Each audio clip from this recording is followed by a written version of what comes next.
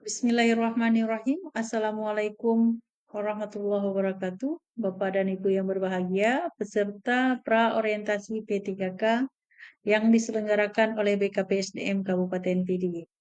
Alhamdulillah, hari ini kita akan memasuki bagaimana atau tahapan apa saja yang Bapak dan Ibu akan alami selama mengikuti orientasi P3K ini.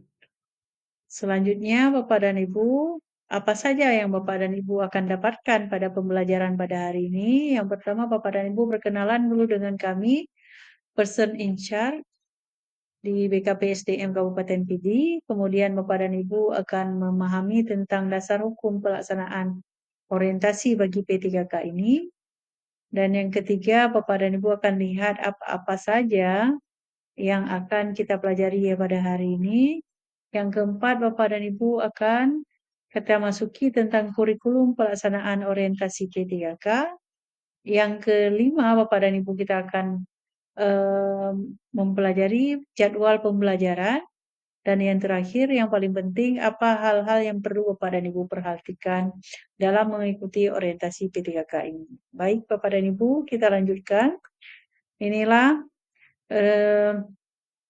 PIC kita pada hari ini. Ada yang pertama Bapak Mulyadi Nurdin selaku penanggung jawab pelaksanaan orientasi P3K. Kemudian ada saya sendiri, Laila Kusumawati selaku Kabid Diklat Aparatur BKPSDM Kabupaten Pidi. Selanjutnya ada Ibu Hikmatul Ursia, analis kebijakan, dan ada Bapak Suaimi yang menjadi PIC. Bapak dan Ibu nanti kami ini ada dalam grup, Bapak dan Ibu bisa berkomunikasi dengan kami, menanyakan hal-hal yang perlu Bapak dan Ibu eh, pelajari selama pembelajaran orientasi ini. Baik, selanjutnya Bapak dan Ibu, dasar hukum pelaksanaan orientasi ini ada 3. Yang pertama Undang-Undang Nomor 20 Tahun 2023 tentang Aparatur Sipil Negara. Kemudian yang kedua, Peraturan Lembaga Administrasi Negara Nomor 15 Tahun 2020 tentang pengembangan kompetensi P3K. Dan yang ketiga adalah Kepkalan Nomor 289 garing K.1 garing PDP 07 garing 2022 tentang pedoman orientasi pegawai pemerintah dengan perjanjian kerja. Baik, selanjutnya Bapak dan Ibu, yang pertama yaitu kita akan melihat kurikulum. Kurikulum P3K ini ada 2 kurikulum. Kurikulum yang pertama fungsi dan tugas ASN. Yang kedua adalah kurikulum pengenalan nilai dan etika pada instansi pemerintah. Baik dan Ibu, sengaja kurikulum pertama ini kami boldkan karena inilah yang akan kita pelajari pada hari ini. Karena kurikulum kedua nanti akan kami panggil sekali lagi Bapak dan Ibu secara klasikal. Kemudian yang kedua, jadwal pembelajaran. Bapak dan Ibu akan lihat nanti berapa hari akan dilaksanakan pembelajaran orientasi ini. Kemudian yang terakhir adalah hal-hal yang perlu diperhatikan. Baik, Bapak dan Ibu, yang pertama, kurikulum orientasi.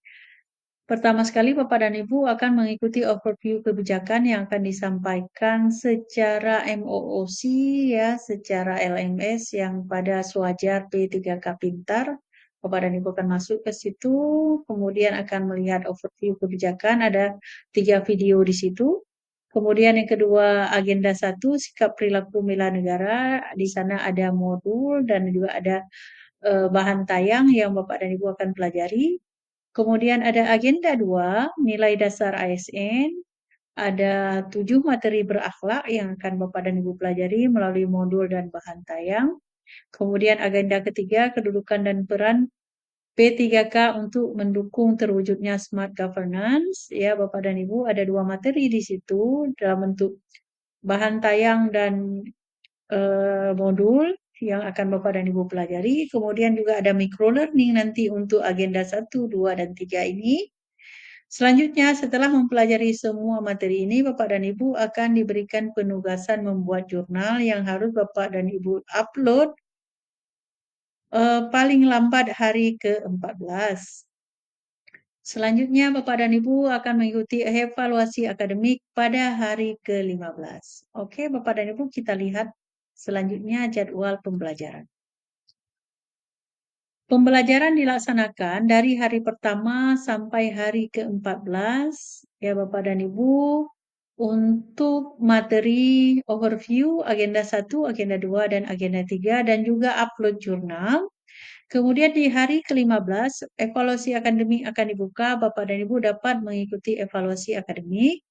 Kemudian Bapak dan Ibu, hari ke-16 sampai hari ke-30, itu akan dilaksanakan remedial bagi Bapak dan Ibu yang belum melewati passing grade untuk lulus di evaluasi akademik ini. Jadi Bapak dan Ibu ada kesempatan selama 15 hari untuk mengikuti remedial.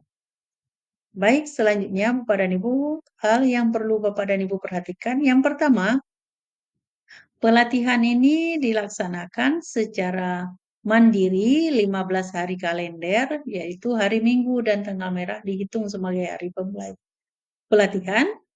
Kemudian Bapak dan Ibu harus memperhatikan settingan tanggal di perangkat komputer Bapak dan Ibu haruslah real time.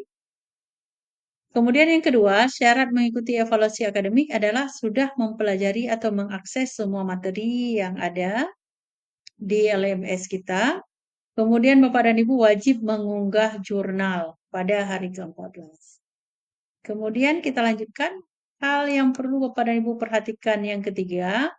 Apabila Bapak dan Ibu tidak lulus pada evaluasi akademik hari ke-15, secara otomatis maka akan masuk ke fase remedial dimulai pada hari ke-16 sampai dengan hari ke-30. Kemudian yang keempat, Bapak dan Ibu, apabila sampai hari ke-30 Bapak dan Ibu belum mengikuti evaluasi akademik, maka sistem akan tertutup secara otomatis dan Bapak dan Ibu dianggap tidak lulus, maka jika ada alasan yang tepat, BKPSDM PD dapat mengusulkan perpanjangan waktu ke Lembaga Administrasi Negara. Baik, Bapak dan Ibu, demikian yang kami sampaikan pada hari ini. Terima kasih banyak. Bapak dan Ibu, semoga bermanfaat. Assalamualaikum warahmatullahi wabarakatuh.